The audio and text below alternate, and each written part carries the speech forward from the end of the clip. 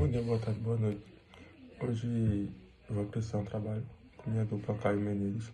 A gente vai falar principalmente sobre a era da IA, o futuro da inteligência artificial entre a inovação e a responsabilidade. É mais do que uma evolução puramente técnica. Em si, nosso objetivo aqui vai ser só discutir como esse equilíbrio entre o avanço e o poder computacional, e além disso também o dever ético que definirá a estrutura da nossa sociedade nos próximos anos. Partindo aqui para o próximo slide,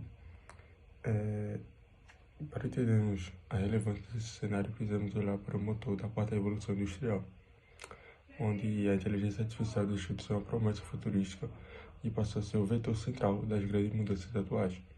Estamos vivendo também uma transição profunda, que saímos do simples processamento automatizado de dados para a automação de decisões em níveis institucionais e globais. Além disso, também temos sistemas complexos que agora, além disso, ele vai decidir nossos investimentos, onde ele vai mudar as políticas públicas e vai influenciar também, principalmente, estratégias políticas ao redor do mundo. E com isso a tecnologia vai transformando os ruídos de dados em voz que acaba guiando o nosso futuro. Partindo para o próximo slide. Essa velocidade nos traz ao nosso primeiro ponto crítico do conteúdo. A IA não é uma ferramenta neutra. Existe um mito onde o algoritmo é inerentemente imparcial. E isso reflete os valores. Muitas vezes chega até a refletir sobre os preconceitos. Porque a IA é treinada por dados e os dados que produz são nós humanos. Então isso acaba replicando na IA. Sobre isso, temos três pilares éticos que dão colisão direta na IA, que é a opacidade, onde o grande desafio da caixa preta, onde não sabemos como que a máquina chegou a determinada conclusão que pedimos. Além disso, também temos vieses, que esses vieses podem perpetuar injustiças através das IAs. E também tem a privacidade, que é constantemente ameaçada pelo apetite de aumentar o aprendizado da IA. Agora, passando para o próximo slide, vamos falar sobre os perigos desses viés nos algoritmos. Quando esses problemas da teoria entram na prática, os danos humanos acabam sendo reais.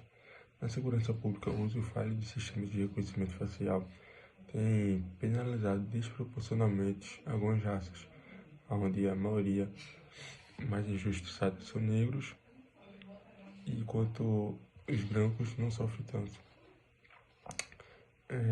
No ambiente de recrutamento e seleção, alguns algoritmos de triagem podem acabar excluindo candidatos qualificados. E a IA acaba vestindo uma roupagem de objetividade de estatísticas, mas sem governança humana rígida. Ela apenas automatiza o preconceito em larga escala. E aqui podemos ver o slide do fim da privacidade dessa pergunta. E tudo isso acaba nos empurrando a essa pergunta desconfortável e implícita do título do slide. E o que resta a nós é entender que quando a eficácia preditiva da máquina existe o rastreamento total dos nossos comportamentos humanos, entramos em um território de monitoramento invisível. E além disso, a mercantilização da nossa identidade digital. Então, a partir de agora, a partir de Caio, vamos analisar como essa erosão na nossa era automatiza e impacta diretamente o cotidiano de cada cidadão. Me chamo Caio e, dando continuidade, nesse slide trazemos a representação matemática elementar das redes neurais, ilustrando funções como a sigmoide e a ponderação de pesos e vieses. Diante dessa complexidade matemática abstrata, nos deparamos com o chamado vácuo jurídico, quando o sistema autônomo toma uma decisão que resulta em danos materiais, erros médicos diagnósticos ou violação de direitos fundamentais, a responsabilidade civil e moral é perigosamente diluída entre desenvolvedores, empresas detetoras do software e operadores finais. Não podemos permitir que a tecnologia sirva de escudo para a impunidade. Por isso, a literatura científica e o nosso estudo apontam para a necessidade do Ethics by Design. Isso significa que os princípios de explicabilidade, a capacidade humana de auditar e compreender as decisões do algoritmo, a transparência e a justiça social devem ser programados ativamente desde a própria concepção original do código, garantindo governança técnica contínua. Bom, o próximo slide.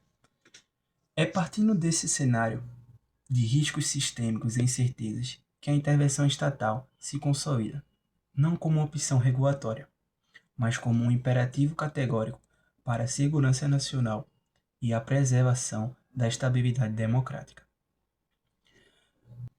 De acordo com as diretrizes e manifestações oficiais do Ministério da Ciência, Tecnologia e Inovação, MCTI, a criação de um arcabouço regulatório robusto e ágil não deve ser interpretada como um freio ao avanço tecnológico.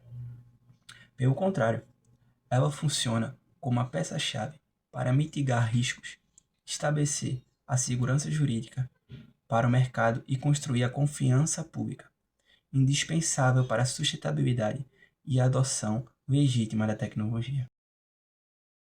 Partindo para o próximo slide. Como essa governança se materializa? O debate atual do marco legal da inteligência artificial no Brasil propõe uma abordagem modular e inteligente baseada na categorização de riscos. No topo, temos o risco inaceitável. Práticas como sistemas de pontuação social ou técnicas de manipulação cognitiva que violam a dignidade humana sofrem proibição total e banimento legal estrito. No nível intermediário, localiza-se o alto risco. Sistemas que impactam diretamente a saúde, a biometria, o setor financeiro e as infraestruturas críticas sofrem exigências mandatórias de auditorias rigorosas e a garantia legal de mecanismos de intervenção humana em seus ciclos decisórios. Na base, estão os sistemas de médio ou baixo risco, como filtros de spam ou algoritmos de recomendação de entretenimento. Para esses, a medida regulatória concentra-se na transparência de dados e na rotulagem clara para o usuário. Pronto. Próximo slide. Para concluirmos a nossa apresentação, é vital discutirmos a dimensão geopolítica e macroeconômica da tecnologia. O papel do Estado não deve se restringir a fiscalizar e punir. Ele deve atuar ativamente no fomento e na garantia da nossa soberania digital. Precisamos de blindar o ecossistema nacional para que ele não seja inteiramente submisso ou colonizado pelos monopólios econômicos das big techs estrangeiras. Isso demanda políticas públicas estratégicas baseadas em 3 pilares fundamentais: o financiamento público, contínuo de centros de pesquisas acadêmicas, o desenvolvimento da infraestrutura laboratorial e computacional local, e o estabelecimento de um equilíbrio real entre as forças mercantilistas do mercado e o bem-estar social coletivo. Como discutido no artigo que a gente entregou no Classroom, o futuro trará um duplo movimento de destruição e criação de empregos, exigindo processos urgentes de upskilling e reskilling profissional. Ou seja, as pessoas vão ter que melhorar e readaptar suas habilidades profissionais para se adequar num novo mercado de trabalho. Da mesma forma, propomos soluções técnicas de confiança distribuída, integrando IA, IoT e blockchain, para otimizar a segurança e o consumo energético de hardware limitado. Concluímos que o sucesso dessa transição automatizada e tecnológica dependerá de forma absoluta da subordinação do desenvolvimento científico aos princípios democráticos, à ética e equidade social.